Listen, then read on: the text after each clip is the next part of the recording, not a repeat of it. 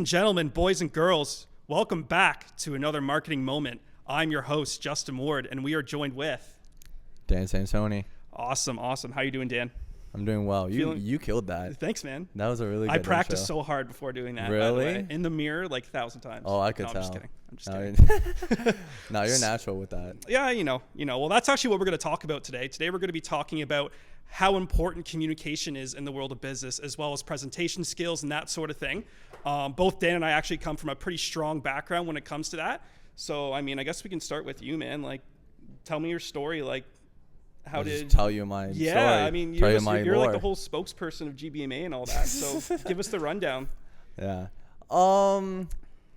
Yeah, I mean, growing up, when I was like younger, I would say maybe 4 to 6 years old.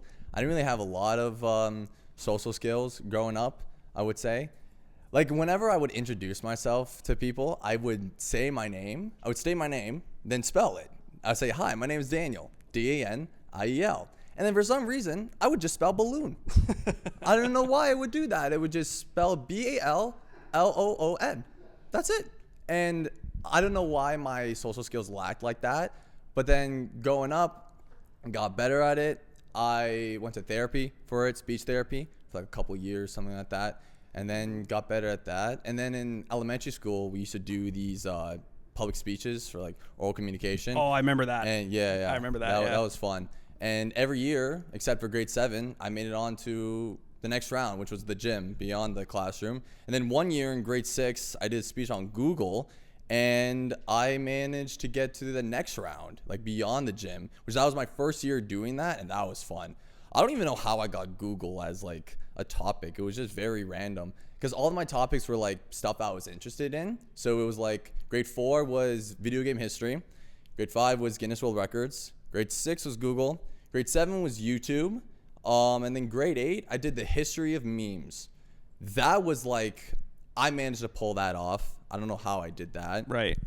Shout out my dad for helping me out. Shout out Dan's dad. The way that my speech was and structured.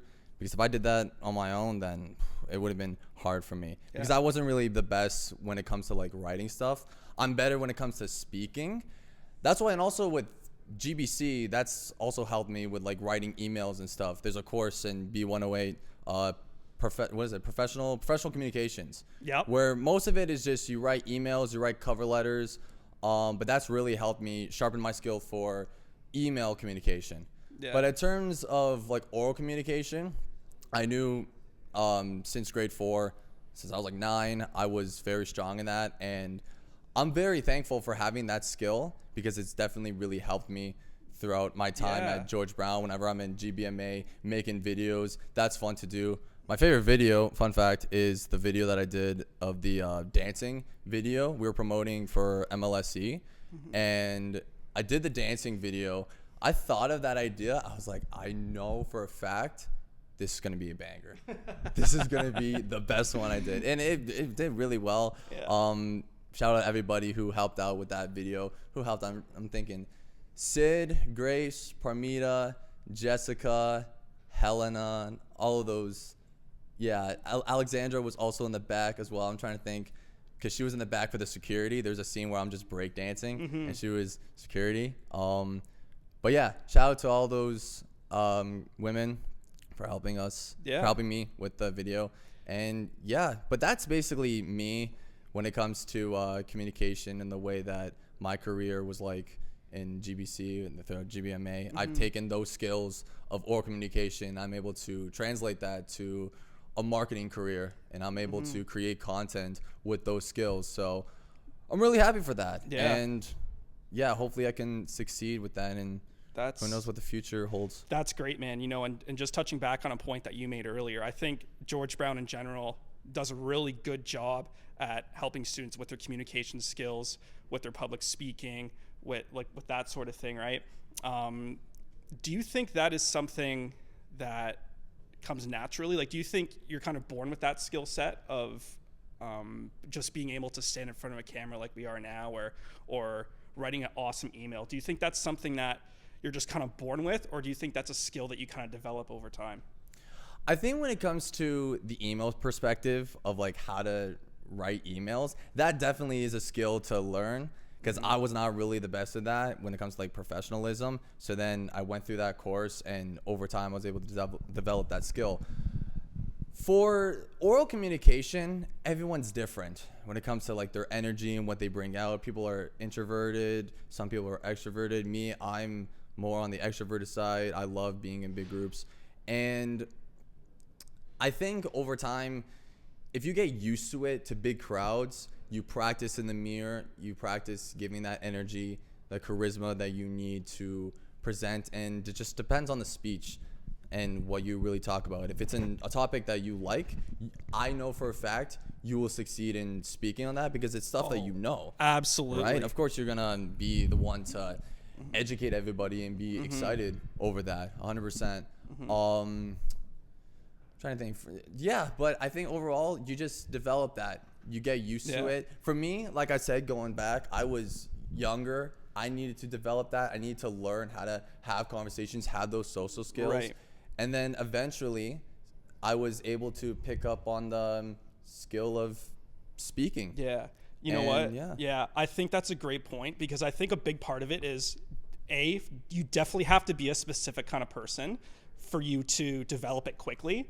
But I would also say at the same time, it really comes through experiences. I think your experiences and the positions that you put yourself in are really what define how you interact on, a public stage or in front of a camera or socializing and that sort of thing.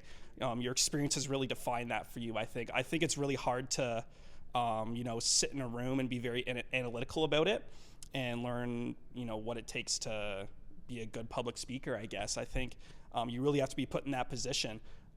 Even me, for example, just going to my story, I was in acting camp growing up, right? So very early on, I got a good feeling of what it was like to be standing in front of a lot of people, right? And then even coming back up until today, I seized every single opportunity that I could take to challenge myself and put myself in front of a crowd or a camera and that sort of thing, and present and just be myself. And a lot of people don't realize this too. And I think this is very funny, because I think when people get in front of a camera, or they're standing in front of a big crowd or interacting with people in their career field, they're so scared of messing up. They're so scared of messing up, and they get that presentation anxiety, and it holds them back from really reaching that true potential. But what I say is, you have to mess up. You have to get up in front of a crowd. You have to be socializing with a boss or the CEO or the hiring person. You have to make an absolute joke of yourself, right? And it doesn't matter, because the more you do it, the more you put yourself in that position, you just kind of adapt. It's interesting. You just kind of adapt. It's really weird. What would you say about that? You are being put in a vulnerable position if you are standing there in front of like 100 people, for example. Like when it came to speeches, when I was in the gym, it was like, it's a good amount of people, I'm not gonna lie. But yeah, I'm not gonna come here and say that I'm not scared every time I go out and present. No. Like, I am terrified. My heart pumps, because you have the fear of messing up. And if you know that you can kill it with a presentation, you know that you practice it in the mirror, it's just you're practicing in the mirror. That's exactly what you're always going to be nervous no matter what. I just want to say as well, when people give any presentational advice, when they say like, oh, just picture everyone naked, I just want to say that's the worst piece of advice to ever give out. That makes it even worse. So I don't know who thought that was a good idea to give out to other people when it comes to presentation. Or like I remember somebody told me that you have to imagine that everyone's in a big bunny costume or something like that, which I thought was weird. It's all internal. I feel like it's really all internal. How would you say, how would you explain the importance of that in terms of the business world and functioning in a business or marketing career? Just like through oral communication. Yeah.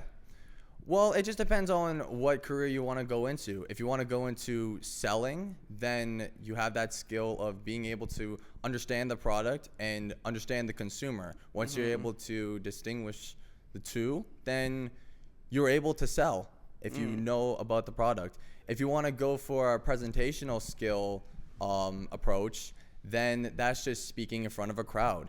those are two different ways to really show your oral communication skills, because selling, it's one-on-one or with clients or whatever, depending.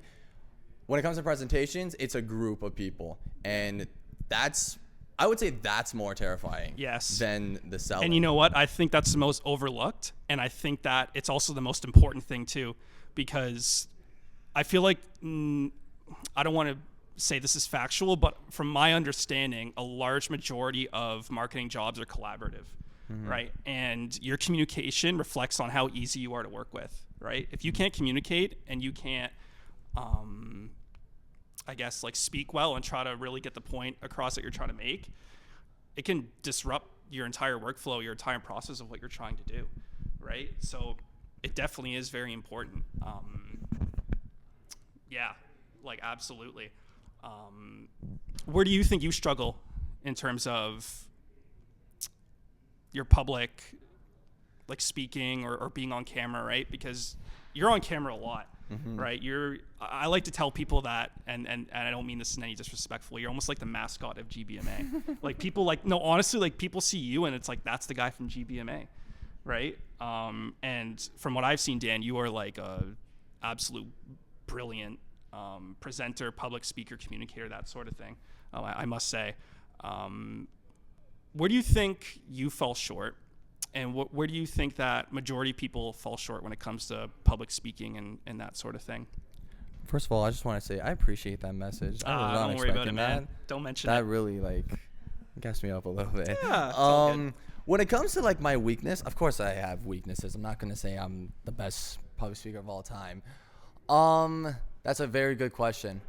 I really need to think about that. I think for me, it's just I set so high standards for myself, and I want it just to be perfect. There's a certain way that like I present, and for me, I don't want to like fall into like a certain pattern of like the way that I speak, because the way that you deliver is so important when it comes to presenting. Absolutely. I want to like perfect that, and sometimes whenever something doesn't seem so right, I'm like, oh, that doesn't right, I don't like that. So I'm very nitpicky when it comes to my style of presenting. I will say that.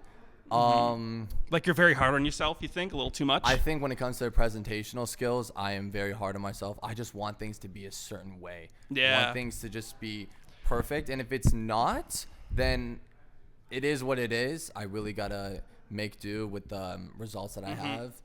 But yeah, I would say just being nitpicky and trying to be too perfect. And I think I think in general, from what I've seen, even just being in class and seeing other people present, they worry so much about what other people think, and it messes their whole flow up, right? You cannot be worried about what other people think, because at the end of the day, they really don't care, right? Especially in a school setting, it's like you're probably up there doing some sort of project or something like that, and they just want you to go up there and just get it over with, right? They do not care about anything that you're saying, right? And by you caring that much, you're just going to make yourself mess up, and you're going to make yourself look like a fool, right? So that's definitely one thing that I see a lot of people really struggling with. I mean, in terms of myself, I think, I've been doing this for a very long time, and this isn't cocky or anything like that. I think I get too overconfident sometimes, and I think when you are overconfident, it shows, right? And I think it can mess up a lot of your flow.